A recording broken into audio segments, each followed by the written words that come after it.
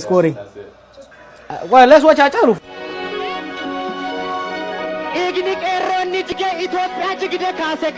Yeah.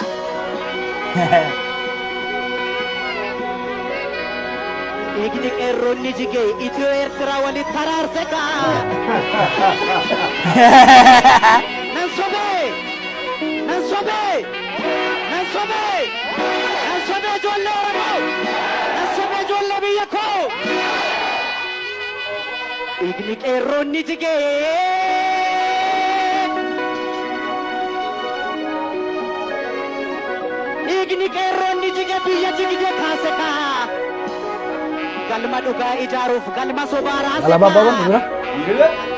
galma dhuga sina fedani ni Oh, exactly, of course. He read it to me. galma dhuga sina ni jaran naboru Indo babam buru. tuma murtu inora aban horu ocho attakke murtu inora aban horu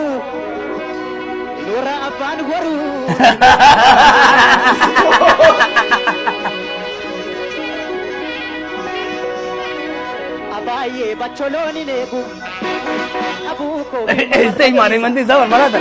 abaye ko baranam beku abaye ofna sachisa abaye warri ingilizi abaye tiyara tama oliga abaye warri ingilizi abaye ropila tamara abuko sifude badofo abaye zaranna abara egasi nangala Acharu, Acharu. Agar hear this one.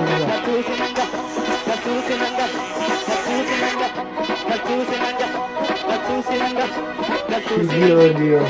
abaye bacholoni nego abuko himma marrachisa abaye ko baranam beku abaye ofasa sichisa abaye akanatti sete abuko Hello. Matrayasi.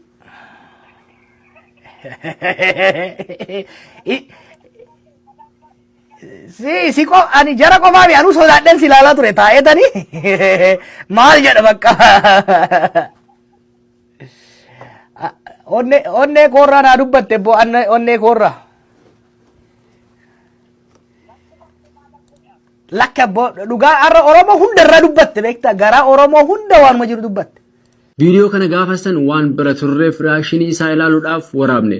Har'a innis ajjeefamee Jawaaris hidhamee Oromiyaan hayyuun keessaa guuramee ilmaan adeetiitiin bulaa jirti. Kanas gaafa dabarre dubbanna. Seenaaf ol haa teessu. Jawaar akkuma jette hidhaas ni baata mootummaas ni taata. Iddoo jirtutti nagaan siif haa ta'u.